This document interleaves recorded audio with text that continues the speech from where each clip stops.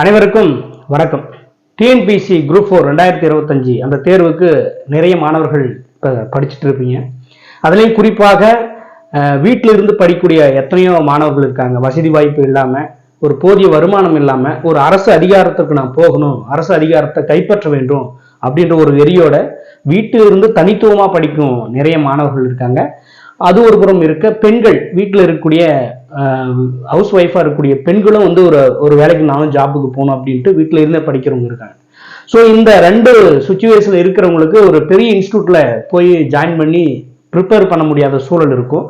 பொருளாதார சிக்கல்களும் அதிகமாக இருக்கும். ஒரு 1000 ரூபாய் கட்டி ஒரு இடத்துல போய் ஜாயின் பண்ண முடியாது. இல்லைன்னா இன்னைக்கு ஒரு சாதாரண ஒரு டெஸ்ட் பேட்ச் போட்டோம்னாவே குறைந்தபட்சம் 1000 ரூபாய் சொல்லுவாங்க. பெரிய பெரிய இன்ஸ்டியூட்டில் 3000 4000 அப்படின்ற ஒரு அமௌண்ட்லாம் பார்த்துருப்போம். ஸோ அவர்களுக்கெல்லாம் ஒரு பயன்படும் வகையாக வீட்டில இருந்தே நீங்கள் ப்ராக்டிஸ் பண்ணலாம், வீட்டில இருந்தே நீங்கள் டெஸ்ட் எழுதி ப்ராக்டிஸ் பண்ணலாம். உங்களுக்கு சந்தேகமான வகுப்புகளை நம்மளோட சேனல்ல இருந்து நீங்கள் பார்த்துக்கலாம். அதை பற்றி ஒரு விரிவாக பேசுறதுக்காக தான் இந்த வீடியோ. இப்போ நம்ம ஜேபீம் அகாடமி நிறுவனம் இந்த குரூப் 4 2025 அந்த எக்ஸாமுக்கு தகுந்த மாதிரி டெஸ்ட் பேட்ச் ஸ்டார்ட் பண்ணியிருக்கோம். அந்த டெஸ்ட் பேட்சினுடைய பேர் பார்த்தீங்கன்னா ஈவேரா டெஸ்ட் பேட்ச். ஏன் ஈவேரா டெஸ்ட் பேட்ச் அப்படின்னு போட்டோம்னா, ஈவேரா பிறந்த செப்டம்பர் 17க்கு அப்புறம் நம்ம ஸ்டார்ட் பண்ணிக்கிறதுனால அவருடைய பேர்ல இந்த பேட்சை போட்டிருக்கோம். ஸோ இந்த பேட்சை பற்றி நிறைய ஸ்டூடெண்ட்ஸ்க்கு டவுட்ஸ்ல இருந்து, இந்த பேட்சில் என்ன சிறப்பம்சம், எப்படி நம்ம இந்த டெஸ்ட்டை நடத்த போறோம் அப்படின்றதான் விரிவாக இந்த வீடியோவில் பார்க்க போறோம். இந்த பேட்சுக்கு உண்டான ஃபீஸ் பார்த்தோம்னா மொத்தமாக நம்ம 300 ரூபாய் தான் ஃபீஸ் போட்டிருக்கோம். ஸோ இந்த 300 ரூபாய்க்கு தகுந்த மாதிரி என்ன இருக்குன்றத இந்த வீடியோவில் தெளிவாக பாருங்க. இப்போ இந்த டெஸ்ட் பேட்ச் எப்போ ஸ்டார்ட் ஆகும் அப்படின்னு பார்த்தோம்னா, செப்டம்பர் 29ஆம் தேதி முதல் குரூப் 4 எக்ஸாம் வரைக்கும் நடக்கும். அதாவது ஒவ்வொரு வாரமும் ஞாயிற்றுக்கிழமை மாலை 6 மணிக்கு டெஸ்ட் நடக்கும். டெஸ்ட் எப்படி நடக்கும்? வாட்ஸ்அப் குரூப்ல உங்களுக்கு நீங்க இந்த டெஸ்ட் பேட்சில் ஜாயின் பண்ணீங்கன்னா வாட்ஸ்அப் குரூப்ல ஆட் ஆயிருவீங்க. வாட்ஸ்அப் குரூப்ல பிடிஎஃப் அடிவில் உங்களுக்கு கொஸ்டின் பேப்பர் வந்து சேரும். கரெக்டாக 6 மணிக்கு ஷார்ப்பாக வரும். 9 மணிக்கு ஆன்சர் கீ ரிலீஸ் பண்ணுவோம். அதுக்கப்புறம் ஆன்சரை கரெக்ஷன் பண்ணிட்டு வீட்டில இருந்து நீங்க ஓஎம்ஆர் ஷீட்ல அட்டன் பண்ணிட்டு அதை ஒரு போட்டோஸ் பிடிச்சி வாட்ஸ்அப் குரூப்ல அனுப்பணும். அதை வச்சு நம்ம என்ன பண்ணுவோம், ஒவ்வொருத்தருடைய மதிப்பெண்களும் ஒவ்வொருத்தருக்கும் நாங்க ரோல் நம்பர் கொடுத்து அந்த ரோல் நம்பர் பிரகாரம் நம்ம அவங்களுடைய மார்க்ஸ் அதில் என்ட்ரி பண்ணி அவங்களுக்கு ரேங்க் லிஸ்ட் விட போறோம். இதெல்லாம் ஒரு ப்ராசஸ். இப்படிதான் டெஸ்ட் நடக்கும். அதாவது செப்டம்பர் 29 முதல் குரூப் 4 எக்ஸாம் வரைக்கும் நடக்கும். பார்த்தோம்னா நம்ம ஷெடியூல் கொடுத்துருப்போம். இப்போ இந்த ஷெடியூல் வந்து டிஸ்கிரிப்ஷன்ல ஷெடியூல் கொடுத்துருக்கேன், படிச்சு பாருங்க. அந்த ஷெடியூல் என்னன்னா, செப்டம்பர் 29 முதல் மார்ச் 30ஆம் தேதி வரை மொத்தம் 27 டெஸ்ட்டுக்கு உண்டான பாடத்திட்டத்தை கொடுத்துருக்கோம். அந்த 27 டெஸ்ட்லயே நம்ம சிலபஸ் கவர் ஆகிடும். ஓகேங்களா? அதாவது செப்டம்பர் 29 இருந்து மார்ச் 30 வரைக்கும் நடைபெறும் 27 டெஸ்ட். ஸோ அதோட முடிஞ்சிருமா? சப்போஸ் எக்ஸாம் வந்து மார்ச் தாண்டி வருது சார், அடுத்த வருஷம் செப்டம்பர்ல வருது சார், அப்போ மார்ச்சோட இது முடிஞ்சிருமா அப்படின்னா கிடையாது. அடுத்த எக்ஸாம் வரைக்கும் உங்களுக்கு நடக்கும். ஒரு கன்க்ளூஷனுக்காக நம்மளுக்கு சப்போஸ் ஏப்ரல் மேக்கு அப்புறம் ஜூன் அந்த மாதிரி எப்படினாலே வரலாம் எக்ஸாம். இருந்தாலும் நம்ம முன்கூட்டியே ஓரளவுக்கு தயாராகிக்கிறதுக்காக முன்கூட்டியே மார்ச் 30க்குள்ளே ஓரளவுக்கு சிலபஸை கவர் பண்ணுற மாதிரி போட்டிருக்கோம்.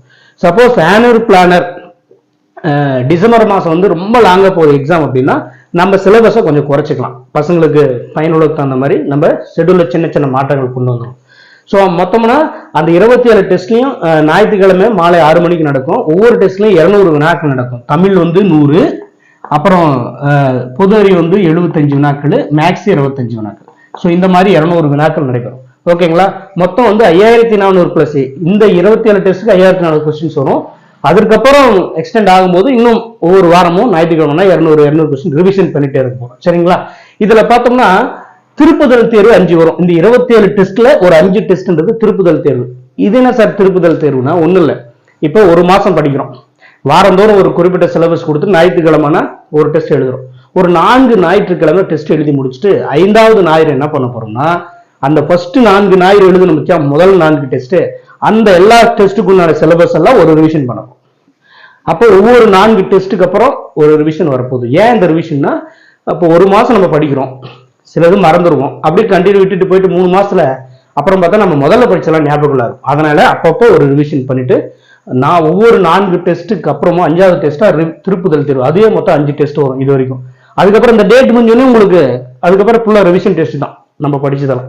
ஓகே, இந்த மாதிரி. அடுத்தது பார்த்தோம்னா உங்களுக்கு கணிதம் இலக்கணம் கிளாஸ் கொடுப்போம். எப்படின்னா, சில பேருக்கு வந்து டெஸ்ட் மட்டும் எழுதுறாங்க சார், சில பேருக்கு எனக்கு மேக்ஸ் தெரியல சார், எனக்கு இலக்கணம் என்னன்னு புரியல சார், மற்றதை கூட நான் படிச்சுக்கிறேன், இலக்கணங்களும் எனக்கு புரியல மேக்ஸும் புரியலனால ஒன்றும் கவலைப்பட தேவையில்ல.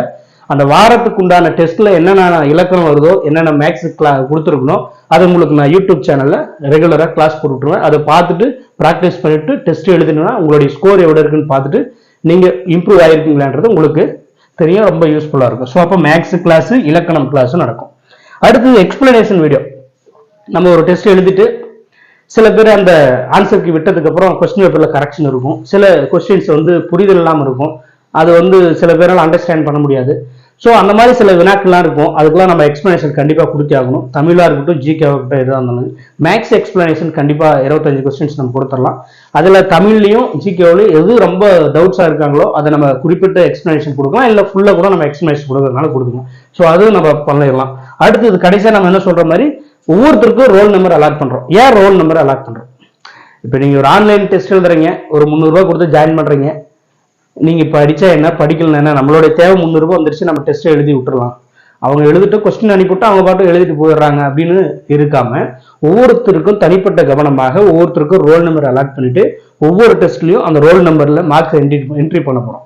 அப்பதான் வந்து ரெகுலரா எழுதுறாங்களா, ஒவ்வொரு மார்க்கை என்ட்ரி பண்ணிட்டு அவங்களுக்கு ரேங்க் லிஸ்ட் போடும்போது ஒவ்வொரு வாரமும் ஒவ்வொருத்தர் அவங்களுடைய படிநிலைகள் எப்படி இருக்கு, ஃபர்ஸ்ட் டெஸ்ட்ல எப்படி இருந்தாங்க, ரெண்டாவது டெஸ்ட்ல இம்ப்ரூவ்மெண்ட் ஆனாங்களா இல்லையா, எது எது அவங்களுக்கு வீக்கா இருக்கு அப்படின்றது ஒரு அவங்களுக்கே ஒரு ஐடியா கிடைக்கும், நம்ம எவ்வளவு முன்னேறி போறோம் அப்படின்னு. அதுக்காக அந்த ரேங்க் லிஸ்ட் போறோம்.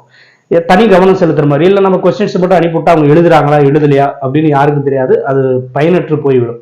ஸோ அதனால ரோல் நம்பர் போட்டு அந்த ரோல் நம்பர் படி ஆன்சர் மார்க்ஸ் எல்லாம் என்ட்ரி பண்ணிட்டு உங்களுக்கு ரேங்க் லிஸ்ட் விட போறோம். ஸோ இந்த மாதிரி ப்ராசஸ் இருக்குது. இவ்வளவு ப்ராசஸ் நடந்து இவ்வளவு இந்த டெஸ்ட் வந்து மொத்தம் 27 டெஸ்ட் அந்த ஆயிரத்தி வரைக்கும் சொல்லியிருக்கேன். 35 டெஸ்ட் கூட போகலாம், 40 டெஸ்ட் கூட போகலாம், அந்த எக்ஸாம் வந்து தள்ளி போறதை பொறுத்து. ஸோ இப்போ அது வரைக்கும் உங்களுக்கு வாரந்தோறும் டெஸ்ட் நடந்துட்டே இருக்கும், கண்டிப்பா ரிவிஷன் பண்ணிட்டு அப்படியே இருக்கும். ஸோ இந்த ஒட்டுமொத்த இந்த பேட்சுக்கு நம்மளுடைய தேர்வு கட்டணம் பார்த்தோன்னா வெறும் 300 ரூபாய் தான்.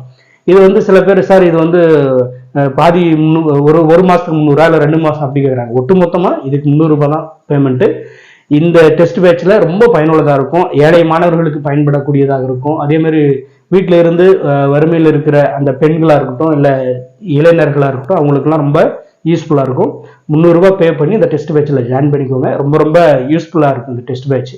ஸோ ஓகே, இனிமே வந்து உங்களுக்கு அதுக்கு உண்டான வகுப்புகள் நம்ம ஸ்டார்ட் பண்ணிட்டு இருப்போம். சரி ஓகேங்களா, அதை இணைஞ்சிட்டு டிஸ்கிரிப்ஷன்ல இதனுடைய ஷெடியூல் வந்து கொடுத்துருக்கேன், டீட்டெயிலாக இருக்கு. அந்த ஷெடியூலை நீங்க படிச்சு பார்த்துட்டு உங்களுக்கு ஏதாவது பிடிச்சிருந்து ஓகே நான் இது கம்ஃபர்டபுளா இருக்கு அப்படின்னா நீங்க விருப்பம் இருக்கிறவங்க ஜாயின் பண்ணிக்கலாம். சரிங்களா, உங்களுடைய நண்பர்களுக்கு பகிர்ந்து விடுங்க. உங்களுடைய உறவினர்கள் யாராவது வறுமையில் இருக்காங்க, பொருளாதார ரீதியாக கஷ்டப்படுறாங்க, ஆனா ஒரு அதிகாரத்திற்கு போகணும் அப்படின்னு ஒரு வேட்கையில் இருக்காங்க அப்படின்றவங்களுக்குலாம் இந்த நம்மளுடைய டெஸ்ட் பேட்சை பகிர்ந்து விடுங்க. விருப்பம் உள்ள மாணவர்கள் இணைந்து கொள்ளட்டும். மீண்டும் ஒரு நிகழ்வில் உங்களை சந்திக்கிறேன். நன்றி, வணக்கம்.